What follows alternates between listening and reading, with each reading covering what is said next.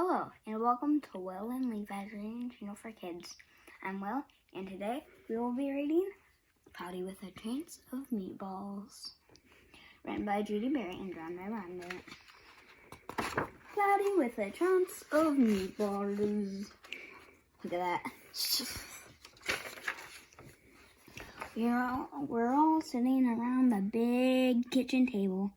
It was Saturday morning, pancake morning. Mom was squeezing oranges for juice. Henry and I were betting on how many pancakes we could each eat. And Grandpa was doing the flipping. Look, I bet that is who's narrating. Look. Seconds later, something flew through the air and headed towards the kitchen ceiling and landed right on Henry. Look, he's like, and then after we realized that the flying object was only a pancake, we all laughed. Even Grandpa. Breakfast continued quite uneventfully. All the other pancakes landed in the pan, and all of them were eaten, even the one that had landed on Henry. That night, touched off by the pancake incident at breakfast, Grandpa told us the best tall tale bedtime story he'd ever told. Across an ocean, over lots of huge, bumpy mountains, across 3 hot deserts and 1 smaller ocean, there lay the tiny town of Chew and Swallow. Get it? Chew and swallow. In most ways, it was much like any other tiny town. It had a main street lined with stores, houses, and trees, and gardens around them, a schoolhouse, about 300 people, and some assorted cats and dogs. But there were no food stores in the town of Chew and Swallow. They didn't need any. The sky supplied all the food they could possibly want. The only thing that was really different about Chew and Swallow was its weather. It came 3 times a day at breakfast, lunch, and dinner. Everything that everyone ate came from the sky. Whatever the weather served was what they ate. But it never rained rain. It never snowed snow. It never blew just wind. It rained things like soup and juice. It snowed mashed potatoes and green peas. Sometimes the wind blew in storms of hamburgers.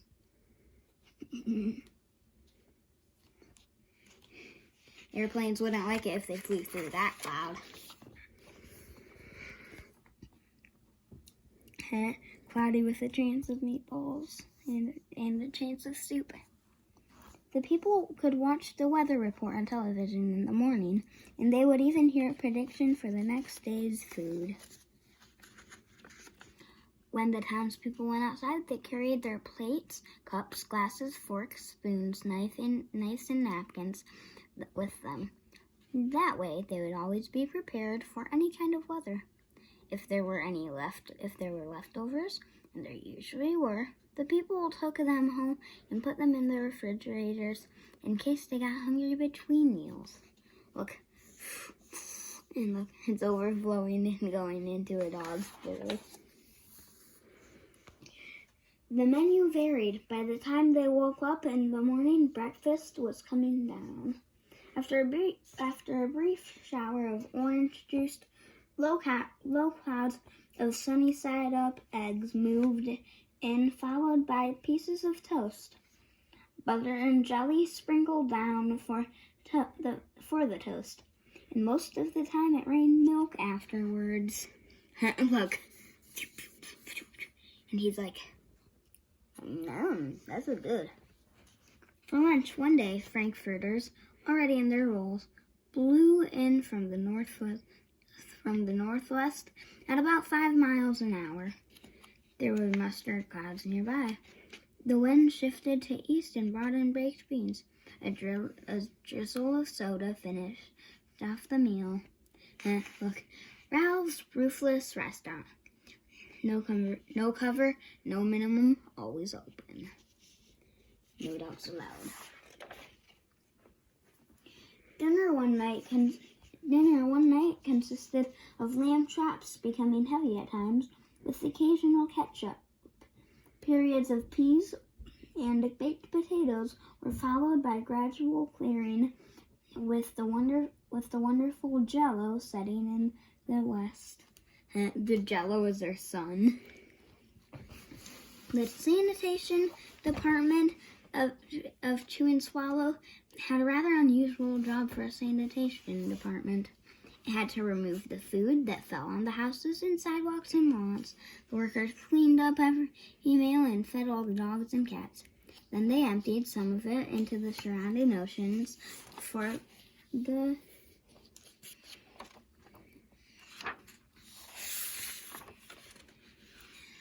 fish and turtles and whales to eat. The rest of the food was put back into the earth so that the soil would be richer for people's flower gardens. Okay, the Chew and Swallow digest. Get it? Digest. Spaghetti ties up town. Record-breaking pasta fall causes chaos. Traffic snarled on Lower Intestine Street. Life for the townspeople was delicious until the weather took a turn for the worst. One day there was nothing but Gorgonzola cheese all day long. Gorgonzola cheese is a really stinky cheese. The next day there was only broccoli, all overcooked. And the next day there were Brussels sprouts and peanut butter with mayonnaise. And another day there was pea soup fog. No one could see where they were going, and they could barely find the rest of the meal that got stuck in the fog. Look, there's him, and there's a nose, and there's a person, there's a fish, there's a person, there's a person, there's a spoon, all kinds of stuff. The food was getting larger and larger, and so were the portions. The people were getting frightened. Violent storms blew up frequently. Awful things were happening. One Tuesday, there was a hurricane of bread and rolls all day long and into the night. There were soft rolls and hard rolls, some with seeds and some without. There was white bread and rye and whole wheat toast. Most of it was larger than they had ever seen bread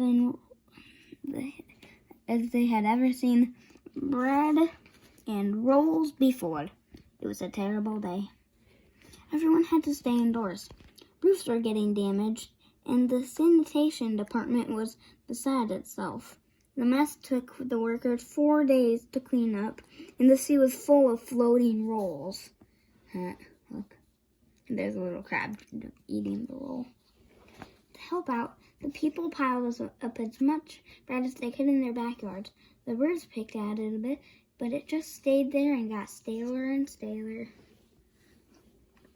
There was a storm of pancakes one morning and a downpour of maple syrup that nearly flooded the town. A huge pancake covered the school. No one could get it off because of its weight, so they had to close the school. Look, even the helicopters are struggling. Lunch one day brought 15-inch drifts of cream cheese and jelly sandwiches. Everyone ate themselves sick, and the day ended with a stomachache. There was an awful salt and pepper wind, accompanied by an even worse tomato tornado. People were sneezing themselves silly and running to avoid the tomatoes. The town was a mess. There were seeds and pulp everywhere. Look, they look like little bite marks. The sanitation department gave up. The job was too big. Everyone feared for their lives. They couldn't go outside most of the time. Many houses had been that badly damaged by giant meatballs. Stores were boarded up, and there was no more school for the children. Whoa, dunk. So the decision was made to abandon the town of Chew and Swallow. It was a matter of survival. After being afloat for a week, they finally reached a small coastal town which welcomed them. The bread had held up surprisingly well enough for them to build them temporary houses for themselves out of it. Look at that. That's pretty cool. The children began school again, and the adults all tried to find new places for themselves in the new land. The biggest change they could make was getting used to buying food at the supermarket. They found it odd that the food was kept on shelves, packaged in boxes, cans, and bottles. Meat that had to be cooked was kept in large refrigerators. Nothing came down from the sky except rain and snow.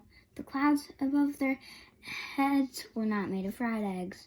No one ever got hit by a hamburger again, and no one dared to go back to Chew and Swallow to find out what had happened to it. They were too afraid.